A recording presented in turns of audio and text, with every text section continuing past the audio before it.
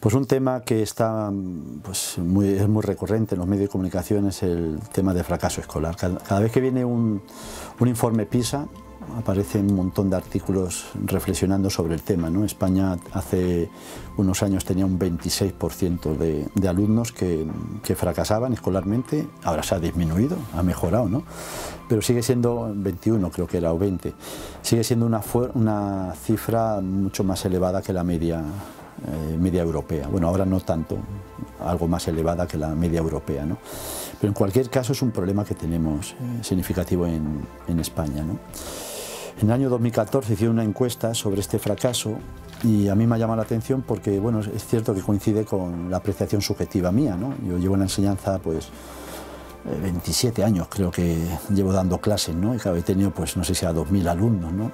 Y claro, en esos 2000 te encuentras de todo, ¿no?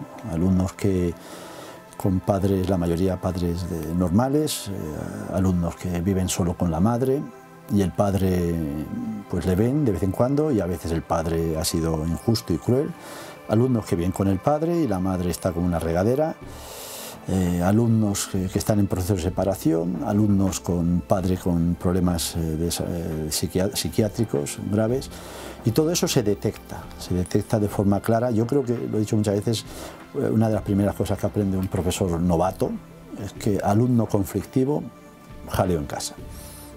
Hombre, no es 100%, pero psicológicamente, estadísticamente, la psicología es una ciencia que utiliza la estadística, ¿no? Y en ese sentido sí que es así, ¿no?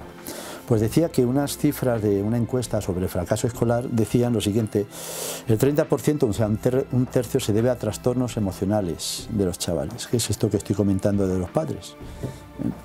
Un 31% porque no sabe aprender, o sea, aprende mal, sus métodos son inadecuados.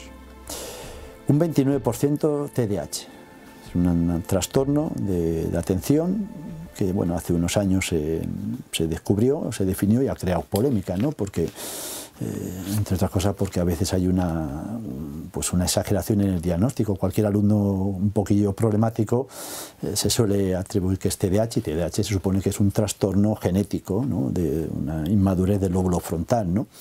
Entonces, por eso digo que es un tema controvertido, ¿no? Pero bueno, según esta estadística, un 29%. Y un 2%, solo un 2%, es por un fracaso escolar por una cuestión intelectual. Bueno, en este sentido también he de decir que el fracaso intelectual, pues de personas que no llegan, pero, por ejemplo, un mito social consiste en creer que, por ejemplo, un superdotado es una persona que tiene un mayor porcentaje de éxito académico, cuando la realidad es justa la contraria. El 60% de los superdotados, alumnos superdotados de Castilla-La Mancha, les va mal en el estudio. Y de hecho, pues un porcentaje, no sé si era el 5 o 10%, abandonan el estudio.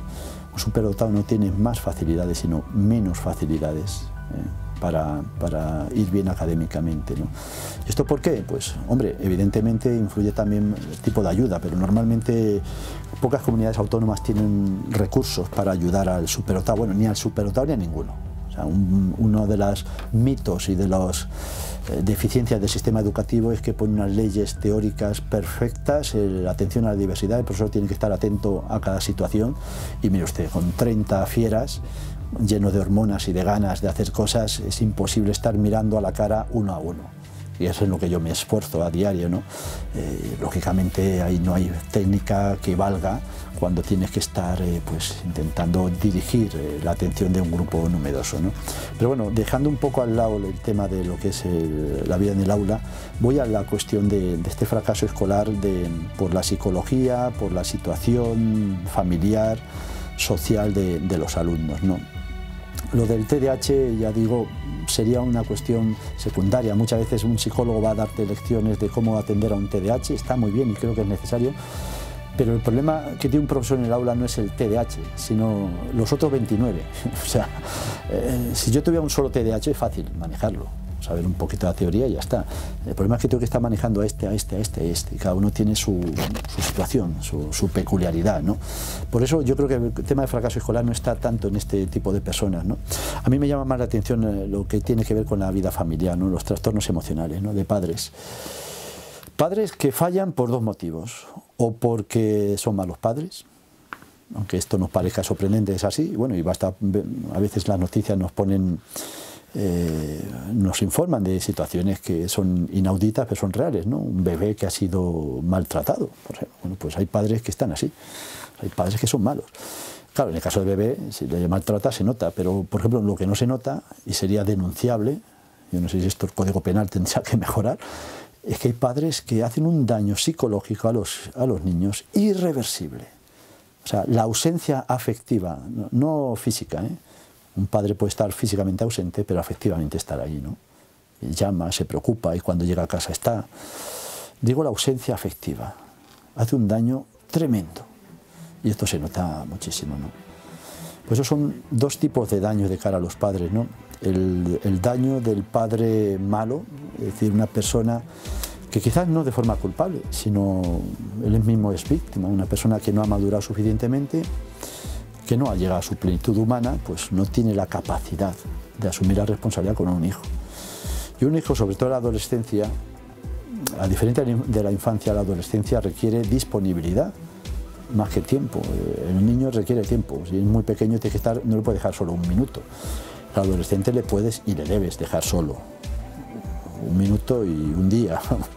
Quiero decir, tiene que tener autonomía, ¿no? Pero tiene que estar ahí siempre que lo necesite, ¿no? Hay padres tan ocupados que no saben estar ahí. Hace unos años tuve la experiencia con un grupo problemático, muy inquietos. Había una alumna muy rebelde. Muy rebelde. Tenía buenas formas, buena forma de hablar, parecía educada, pero tenía una mala leche, para que nos entendamos, o sea, tenía agresividad. Ya sus padres me llamaron porque le habían quedado todas las asignaturas, ¿no? Y entonces concerté cita con ellos. Para mi sorpresa vinieron los dos. Me alegro muchísimo, ¿no? No digo que haya que ir los dos padres siempre, incluso hay veces en las que los padres no necesitan ir al instituto pues porque aquello va bien y no hace falta, si acaso, una llamada telefónica, ¿no? En este caso hacía falta. Y además hacía falta los dos, por lo que voy a decir. Los dos tenían dos puestos de trabajo muy importantes. Estaban metidos en cuestiones políticas y tenían puestos importantes. Tal es así que la madre trabajaba toda la mañana y parte de la tarde. Y entonces se quedaba en casa con la chica solo por la tarde. Y el padre ni por la mañana ni por la tarde. Por la noche llegaba y exigía a la niña, a la chiquita de 15 años, le exigía pues lo que no podía haberla exigido con su presencia durante toda la tarde. La castigaba severamente. Y yo, pues analizando la situación, le dije lo que su hija echa en falta es su presencia. O sea, no la castigue a secas, sino castíguela y quédese con ella, castigado. Fue mano de santo, me dijeron ellos, porque efectivamente en este caso era una carencia afectiva que le provocaba una rebeldía. O sea, la chiquita lo estaba pasando mal porque la exigían, entendía que sus padres la querían, pero un adolescente no es suficiente con que lo entienda, necesita sentirlo. Y eso no se siente con palabras. O sea, un padre debe asumir el hecho de que al hijo no se le educa con lo que dice, sino con lo que hace. Y en este caso esta chica no lo entendía. Es muy parecido al caso de otra chica que, pues muy agresiva, era de primero de la ESO, repetidora, y bueno, pues tenía todo el día líos y pues expulsiones, sanciones, etcétera, ¿no? En una ocasión estaba yo en el aula de convivencia, me la envían, esto ya hace bastantes años, ¿no? Y pues hablo un rato con ella. Y bueno, y en pocas palabras ya vi la situación, ¿no? ¿Estás con tu padre? No, mi padre no. Estaba con su madre viviendo. El padre no existía, no sabía quién era. Pero es que con la madre tampoco estaba con la abuela. Después de un rato hablando con ella, la dije, a ver que me aclare. Tú tienes problema de disciplina como venganza a la rabia que te da que tu madre no te atienda. Le dije esa frase y se echó a llorar. Luego yo creo que el problema que tenía era ese. Era un acto de venganza, a la ausencia de su madre, que no podía soportar, ¿no? Obviamente, si un chaval no tiene el respaldo afectivo de sus padres, no es capaz de crecer en autoestima. La adolescencia es la época en la que empieza a integrarse la autoestima. La autoestima es imposible si no ha habido un proceso de estima. Y ni siquiera hace falta que esté el padre y la madre. Cuando falta uno, yo tenía una alumna brillante, muy madura, una personalidad muy hecha, y llevaba 2 años con la madre muerta, ¿no? El padre se había quedado viudo, había tenido un accidente de tráfico y la madre murió. Eran 4 hermanas. Esta chiquita era un encanto y era muy madura. ¿Qué es lo que ocurría? Que esa ausencia no era una ausencia absoluta, porque la ausencia era física, obviamente, pero afectiva no lo era. Constantemente decían, mamá decía, mamá quería, mamá pensaba. La presencia de esa señora, el amor de ese marido por su mujer, no le hizo cegarse en sí mismo y se volcó en sus hijas, pensando en el amor a la mujer. Y eso dio a las chicas, que eran 4 en este caso, les dio una madurez psicológica que a mí me sorprendió. Esta chica era encantadora, tenía una personalidad completamente hecha, a pesar de que la muerte de su madre la pilla en un momento clave de la adolescencia. Por tanto, la cuestión no es tanto si falta uno, sino cómo integra la otra persona, el padre o la madre, cómo integra esa ausencia, ¿no? Y en este sentido, pues lo que he dicho en otras ocasiones, ¿no? Cuando un hombre está hecho, cuando una mujer está hecha psicológicamente, tiene recursos suficientes para volcarse en algo que está más allá de sí mismo.